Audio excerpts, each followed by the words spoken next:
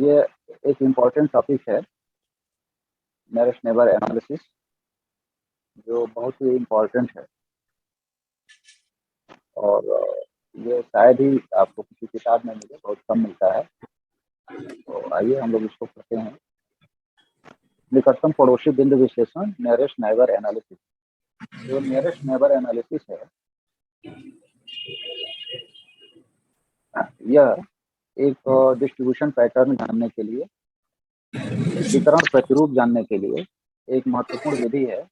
इसके माध्यम से हम किसी भी बिंदु का वितरण किसी क्षेत्र में किस तरह से है, इसका अध्ययन हम करते हैं। क्या क्या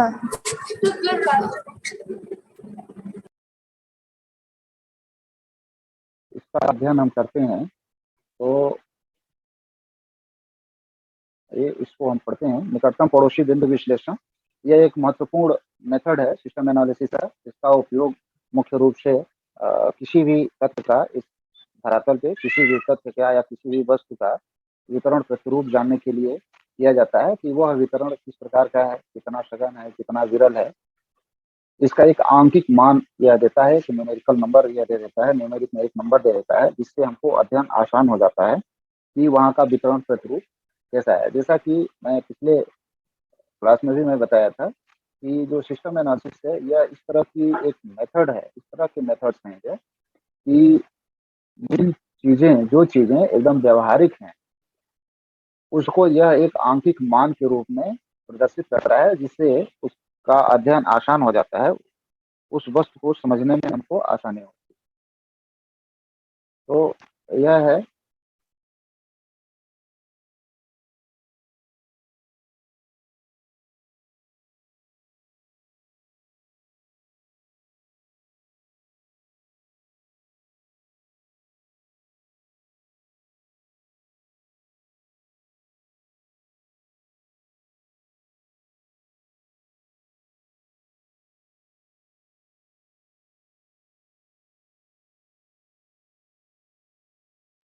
सर, आवाज नहीं आ रहा है।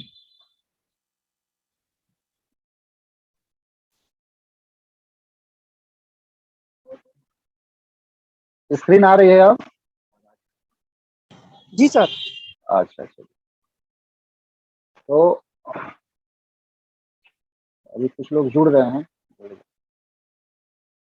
तो मैं वही बता रहा था कि जो नियरेस्ट नेबर एनालिसिस है, यह एक इस तरह का मेथड है, इस तरह की टेक्निक्स है, विधि है, जिसके माध्यम से हम उन तथ्यों को या उन वस्तुओं को जो इस धरातल पे पाए जाते हैं, उनके वितरण प्रतिरूप को माप करके, उनका मापन करके एक आंकिक रूप में प्रस्तुत करता है, जिससे हमको उन तथ्यों को समझने में सुविधा होती है, आसानी होती है। हम एक नज़र में उन तथ्यों के वितरण प्रतिरूप को जान पाते हैं कि उनका वितरण कैसा है।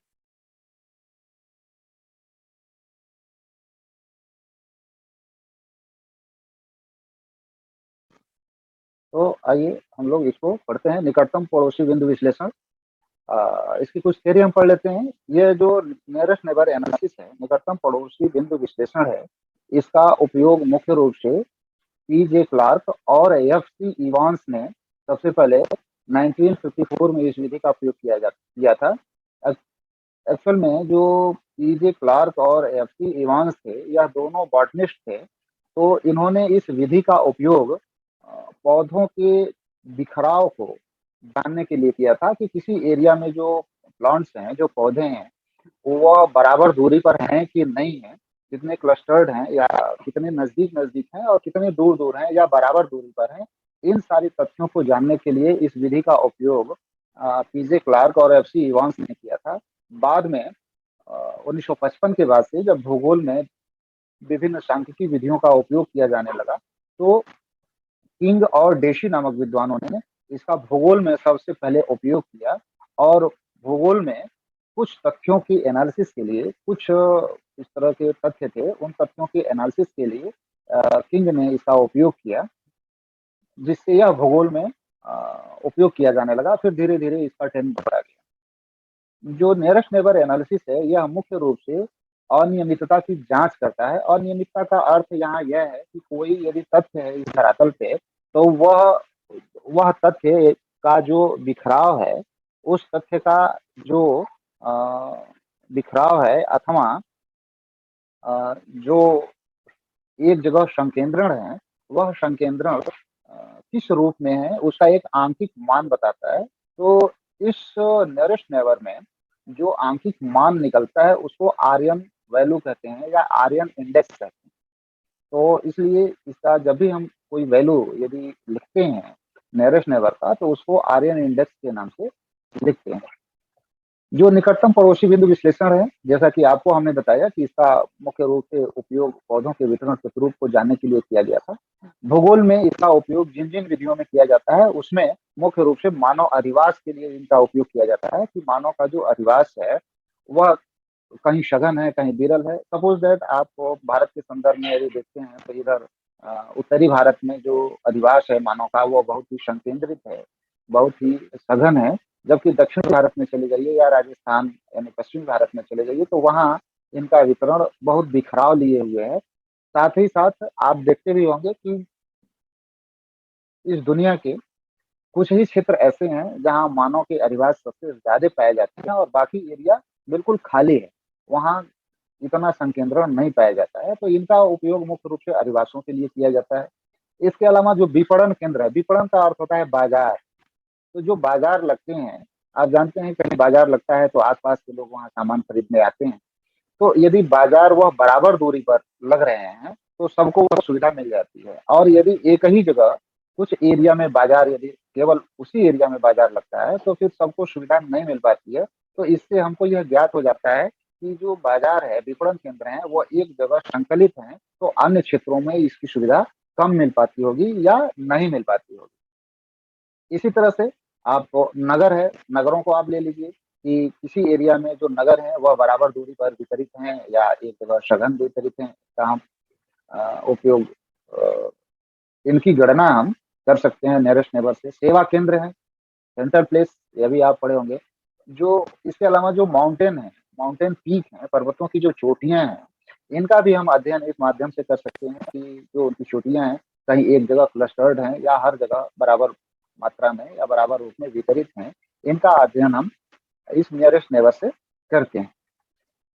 इसका जब हम कैलकुलेशन करते हैं, देखिए ये सबसे इम्पोर्टेंट है। और यूजीसी नेट या सीएसआर नेट या अन्य जो एग्जाम होते हैं उसमें ये क्वेश्चन बहुत पूछता है।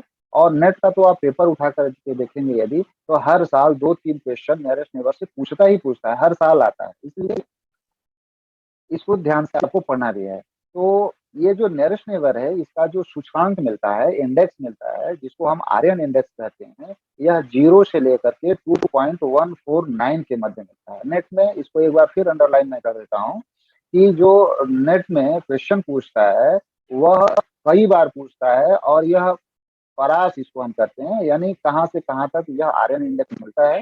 तो इसको आप लोग आज ही बिल्कुल रट लीजिए, याद कर लीजिए कि यह 0 से लेकर के 2.149 के बीच मिलता है। इसका जो वैल्यू है वो नेगेटिव नहीं आता है, कभी माइनस में नहीं आता है, हमेशा पॉजिटिव आता है। और या तो 0 आता है अथवा 2.149 से 9 अथवा उससे कम आता है। आप यदि इसका मैथमेटिकल कैलकुलेशन कर भी रहे हैं तो यदि इससे इतर यदि वैल्यू आता है तो आप जान लीजिए कि आपके कैलकुलेशन में या आपके मेथड में कहीं गड़बड़ी है, इससे इतर वैल्यू नहीं आ सकता है। यह जो वैल्यू मिलता है, इस वैल्यू को हम 3-4 भागों में बांट देते हैं। जैसे यदि 0 के आसपास वैल्यू रहता है तो उसको हम कहते हैं ग्रंथित, क्लस्टर्ड। क्लस्टर्ड का या ग्रंथित का अर्थ यह हुआ कि जो भी वह तथ्य हैं, चाहे प्राकृतिक हैं, चाहे मानवीय हैं, अथवा आसान भाषा में आप समझ लीजिए कि यदि मानव अधिवास है या नगर है, उनका वैल्यू यदि 0 के आसपास आता है तो यह बताता है कि नगर उस क्षेत्र के किसी एक ही एरिया में संकलित हैं, एक ही जगह क्लस्टर्ड हैं, एक ही जगह इकट्ठे थोड़े थोड़े दूर पे बहुत सारे नगरों का विकास हुआ है, और बाकी जो एरिया है वह इन नगरों से असेवित। इसी तरह से यदि उसका वैल्यू 1 आता है तो हम इसको कहते हैं कि अनियमित वितरण, यानी रैंडम है, या इधर छितराया हुआ है, इधर कहीं कहीं यह क्लस्टर्ड है, कहीं दूर है, कहीं खाली है, कोई इसमें रूपरेखा इसकी नहीं है। और यदि यह 2.149 के आसपास आता है तो यह हम मानते हैं कि बिल्कुल यूनिफॉर्म रूप में है। यूनिफॉर्म का अर्थ हुआ समदूरस्थ, अर्थात बिल्कुल नाप नाप करके। यदि 10 किलोमीटर पे एक मार्केट होना चाहिए तो 10 किलोमीटर उनके बीच डिफरेंस है। फिर अगले 10 किलोमीटर पे दूसरा मार्केट है, कोई एक मार्केट है, उसके चारों तरफ 10-10 किलोमीटर पे बाकी अन्य मार्केट हैं, और कोई मार्केट नहीं है। यह बराबर रूप में यह वितरित है, यह बताता है समदूरस्थ रूप। जैसे इस ग्राफ से आप समझ सकते हैं कि यह जो इसका जो वैल्यू है वो यदि आपका जीरो के आसपास आता है, तो जो पहला फिगर आप देख रहे हैं यहाँ, ये पहला फिगर है, इस तरह से, यानी यदि यह जो फिगर है इसमें यदि यह अधिवास है या नगर है या मार्केट है या पर्वतों की चोटियां हैं, जो भी आप एलिमेंट्स जिसका आप अध्ययन कर रहे हैं, जो भी तथ्य हैं जिसका अध्ययन कर रहे हैं, यह यदि इतने नजदीक नजदीक है उस एरिया में, तो इसका जो वैल्यू है वह जीरो के आसपास आएगा, यानी जीरो से लेकर के और 0.5 के बीच आएगा, यानी इसका वैल्यू कम आएगा। अर्थात यदि वैल्यू कम आता है, इसका अर्थ यह हुआ कि वह क्लस्टर्ड रूप में है। इसी तरह से जो दूसरा आप देख रहे हैं, ये दूसरा फिगर दिख रहा है आप लोगों को।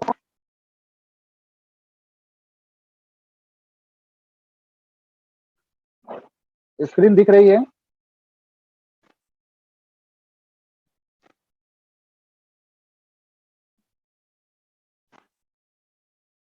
कोई एक आदमी आवाज दो, स्क्रीन दिख रही है कि नहीं दिख रही है?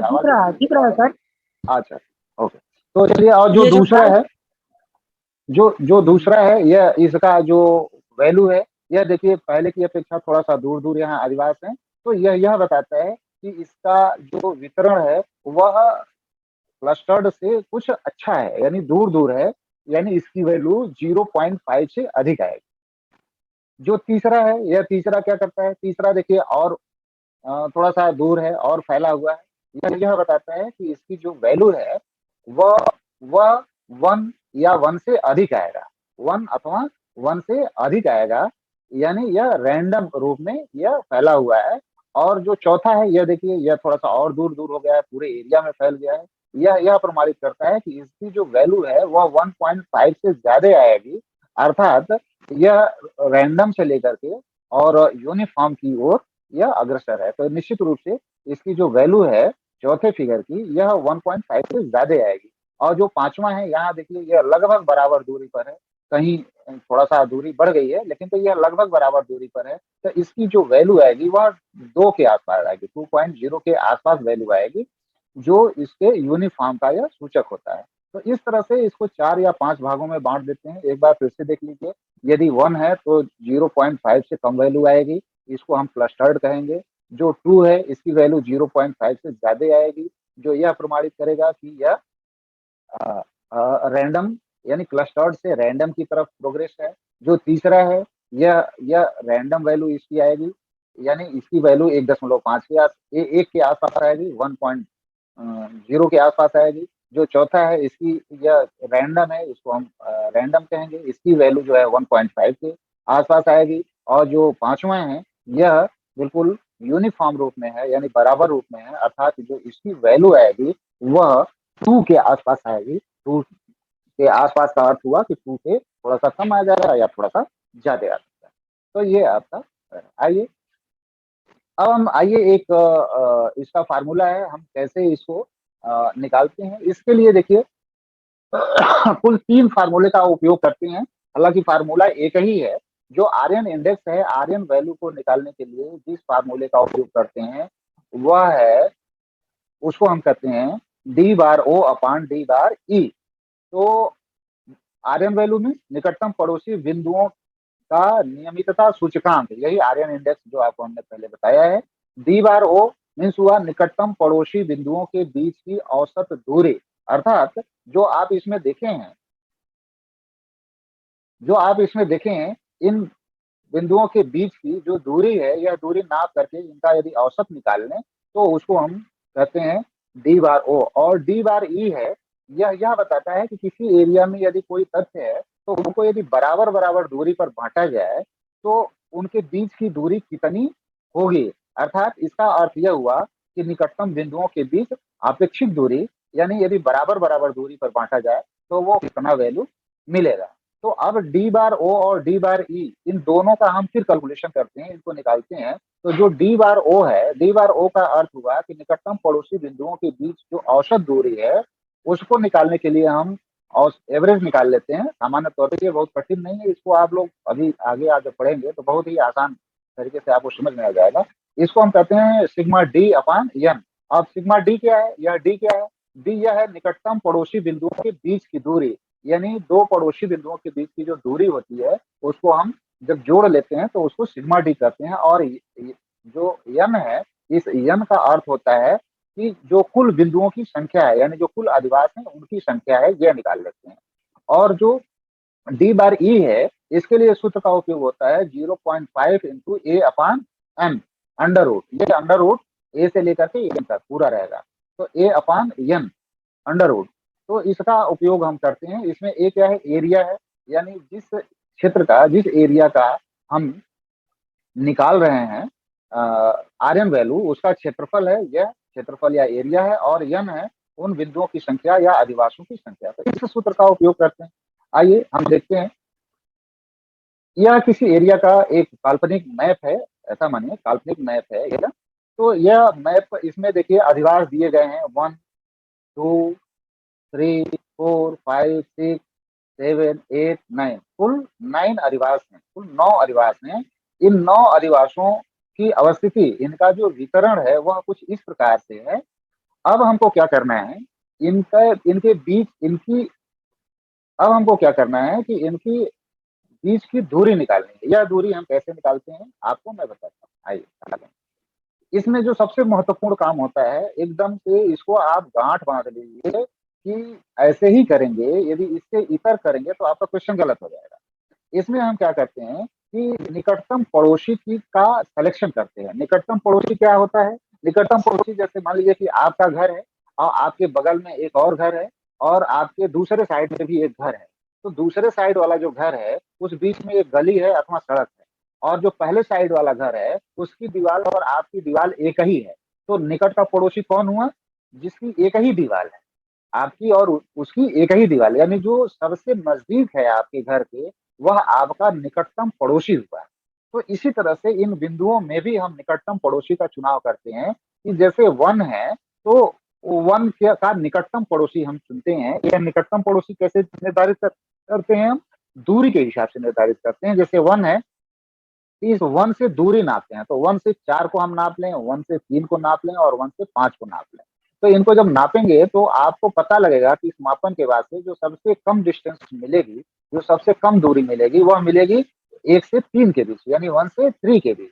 तो जो निकटतम पड़ोसी हुआ वह हुआ 1 का पड़ोसी हो गया 3। तो हम एक चार्ट भी इसके साथ बनाते जाते हैं। यहाँ देखिए जो 1 है, इस 1 का पड़ोसी हो गया 3, इस 1 का पड़ोसी क्या हो गया 3। इसके साथ हम उस दूरी को भी नाप लेते हैं, 1 से और 3 जो पड़ोसी इसका है, इसके बीच की दूरी को हम नाप लेते हैं। इससे प्राप्त हो सकता है कि यह कितना दूर है। तो इसको नापने के लिए हम स्केल का उपयोग करते हैं, या और एक्यूरेट करना है तो आप प्रकार लगा करके और उसे नाप लीजिए और फिर स्केल से उसकी दूरी निकाल लीजिए। तो कितना दूर है यह हमको पता लग जाता है। चाहें तो आप वही दूरी लिख दीजिए, क्योंकि सबका सेंटीमीटर में यदि नाप रहे हैं तो आप इसकी दूरी सेंटीमीटर में ही लिख दीजिए। अथवा यदि आप चाहें तो इसको कैलकुलेट कर लीजिए इस मापक के अनुसार। नीचे मापक दिया है, जैसे मान लीजिए कि सेंटीमीटर में यदि आ रहा है कि यहाँ से और यहाँ तक की जो दूरी है वह 2 सेंटीमीटर है, तो यहाँ आप देखिए यहाँ से यहाँ तक 1 सेंटीमीटर की दूरी है। तो वह 2 सेंटीमीटर यदि यह आता है तो इसका अर्थ यह हुआ कि यह 1 सेंटीमीटर बराबर 2 किलोमीटर है। तो 2 सेंटीमीटर बराबर 4 किलोमीटर हो जाएगा। कन्वर्ट कर सकते हैं, या आपको आसान यह होगा कैलकुलेशन के समय या एग्जाम में कि आपको यह कैलकुलेट करने की जरूरत नहीं है, इसको दूरी को कन्वर्ट करने की जरूरत नहीं है। आप सीधे यहाँ से 1 से 3 की दूरी नापिए, सेंटीमीटर में वो नापिए और सेंटीमीटर और मिलीमीटर में नापिए, और जैसे यह दूरी आती है इस दूरी को इस टेबल में सेम टू सेम उसमें हम लिख देते हैं। ठीक है, तो जब यह दूरी लिखिएगा तो यहाँ हमने किलोमीटर कन्वर्ट करके लिखा है, आप किलोमीटर नहीं लिखिएगा, केवल दूरी लिखिएगा। तो 1 से 3 की बीच की दूरी हो गया 2.4 किलोमीटर, और एक का जो पड़ोसी हो गया कौन सा हो गया 3 हो गया। इसी तरह से आप 2 को लेते हैं, क्रमशः आप करेंगे। अब 1 के बाद से 3 पे आप चले जाएंगे तो फिर आपको पड़ोसी चुनने में दिक्कत होगी, इसलिए आप नंबर, फिर हम 2 को आए तो 2 से हम फिर मापन शुरू करेंगे। तो 2 से हम 6 को नापें, 2 से हम 5 को नापें, यही इसके नजदीक है। 2 से इधर है 7 है, तो 7 बहुत दूर है, देखने से ही पता लग जाता है।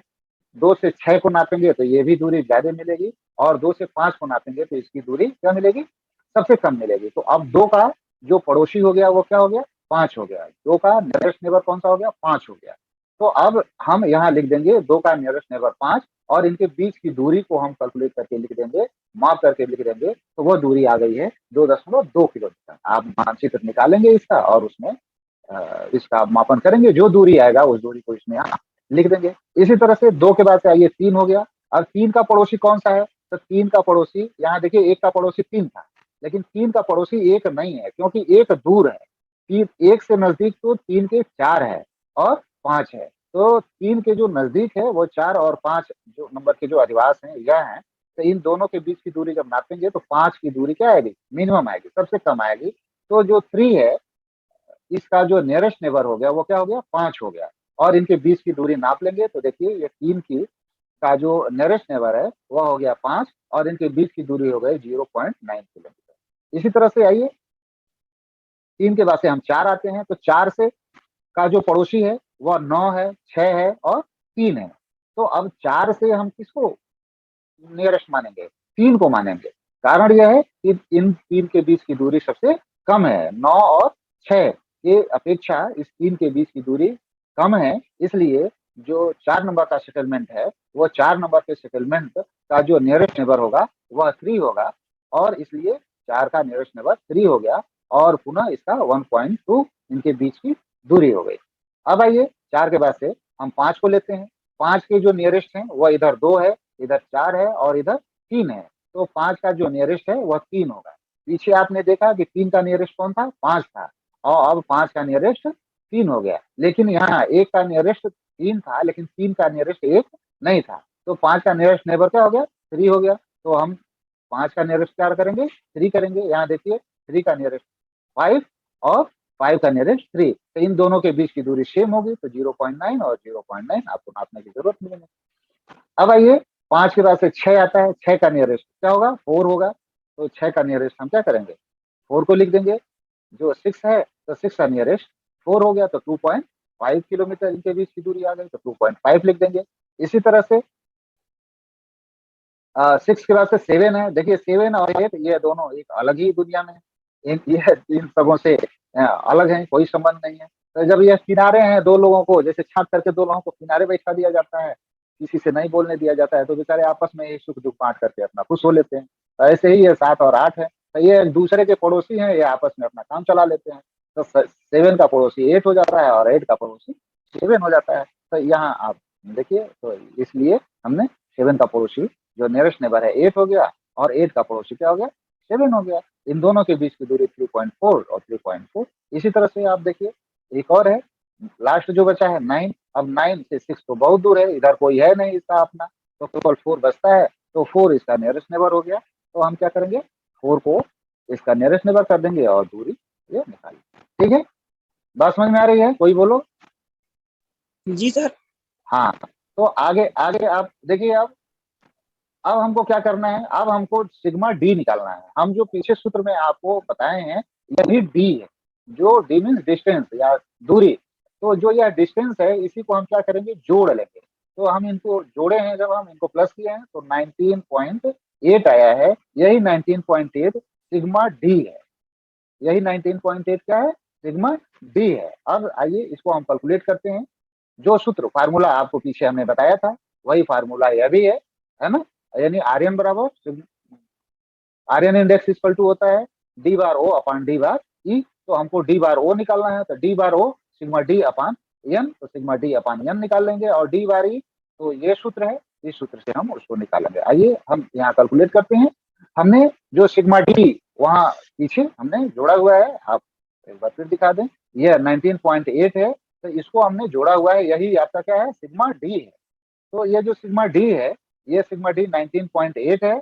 और जो यन है, यन की वैल्यू देखिए 9, कुल 9 अधिवास हैं, 9 सेटलमेंट हैं, या जो भी ऑब्जेक्ट है तो 9 है, तो यन की वैल्यू हो गई है 9।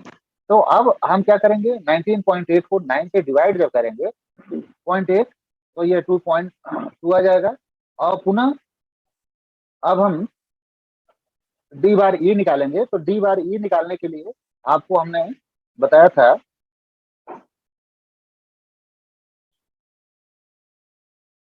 डी बार ई निकालने के लिए हमने बताया था कि इसका जो सूत्र है 0.5 अपान ए अपान एन, ए मीन्स एरिया और एन टोटल जो नंबर है उसको उससे निकालते हैं। तो हम जो एरिया निकालते हैं, एरिया निकालने के लिए हम क्या करते हैं, एरिया यदि हमको निकालना है तो यदि यह बिल्कुल सीधा सीधा हमारे तरह जैसे ये फॉर्मेट है ऐसे है, इसकी लंबाई और चौड़ाई है रेक्टेंगल शेप में है, तो लंबाई और चौड़ाई इसको हम करके और इसको मल्टीप्लाई कर देते हैं तो एरिया निकल आता है।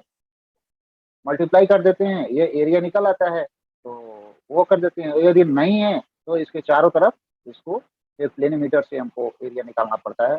तो वो मेथड तो अलग है, वो स्टेप इंडेक्स में आपको बताएंगे कि कैसे निकाला जाता है। तो यहाँ हम क्या करेंगे, एरिया निकालेंगे। तो एरिया हमने निकाला है, तो उसकी जो लेंथ है वह 12 सेंटीमीटर है, उसको किलोमीटर में कन्वर्ट कर लेंगे। और जो उसकी उसकी विड्थ है वह है 96, ये 8 है। तो इन दोनों को मल्टीप्लाई कर देंगे तो 96 स्क्वायर किलोमीटर उसका एरिया निकल जाएगा। तो अब 96 इसको उस सूत्र पे रख देंगे, तो D bar E equal to 0.5 into 96 upon 9 under root. ये अंडर रूट आप ध्यान दीजिएगा, शुरू में थोड़ा सा गड़बड़ हो गया था, ये अंडर रूट का रहेगा, पूरा रहेगा, है ना। तो D bar E equal to, अब 9 से 6 को डिवाइड कर देंगे तो 0.5 इंटू अंडर रूट 10.6 आ जाएगा, 10.66 आ जाएगा। और पुनः इसका हम अंडर रूट निकालेंगे तो 3.265 आएगा, और 0.5 से मल्टीप्लाई कर देंगे तो 1.63, यानी इसकी जो वैल्यू है वो मिली है 1.63। अब हम आर एम वैल्यू निकालेंगे, तो आर एम वैल्यू का सूत्र क्या होता है, डी बार ओ अपान डी बार ई। तो डी बार ओ अपान डी बार ई है, तो डी बार ओ और डी बार ई डिवाइड कर देंगे तो 2.22 यहाँ हमारा मिला है, और पुनः डी बार ई मिला है 1.63, इससे इसको डिवाइड कर देंगे तो आ जाएगा 1.34। तो यही इसका आर्यन वैल्यू है, यही निकटतम पड़ोसी सूचकांक है। इस निकटतम पड़ोसी सूचकांक का अब हमको एनालिसिस करना है, नजदीक है दूर दूर है, ये सारी समस्याओं से हम छुटकारा पा जाते हैं। और 0 से लेकर के 2.149 के बीच वैल्यू हमको जो मिलती है उससे आसान हो जाता है, तो वही वैल्यू है 1.34। इसकी हम एनालिसिस करते हैं। इसकी एनालिसिस क्या करते हैं, अब देखिए ये जो 1.34 वैल्यू जो इसकी मिली है 1.34, तो ये 1.34 जो वैल्यू है वह आप देखिए यह चौथे श्रेणी में आता है। शुरू में आपको मैं दिखाऊं, जो हमने आपको मानचित्र दिखाया था शुरू में, अब ये देखिए 1.5 के आसपास आता है, तो वह लगभग तीसरे और चौथे, ये जो तीसरा फिगर है ये और जो चौथा फिगर है ये इन दोनों के बीच आता है। तो इन दोनों के बीच आएगा तो इसको हम कहेंगे रेंडम, यानी ये जो वैल्यू है वह मिला है रैंडम से यूनिफॉर्म की तरफ, यानी रैंडम लगभग 1.5 के आसपास है, 1 से अधिक है तो रैंडम है इसकी वैल्यू। तो हम यह कह सकते हैं कि जो एरिया है, जो हमको क्वेश्चन दिया गया है उसका जो उसमें जो अधिवासों का डिस्ट्रीब्यूशन पैटर्न है वह रैंडम है। ठीक है, बस यही है। अब आपको कुछ पूछना है, कोई क्वेश्चन हो तो आप पूछ सकते हैं।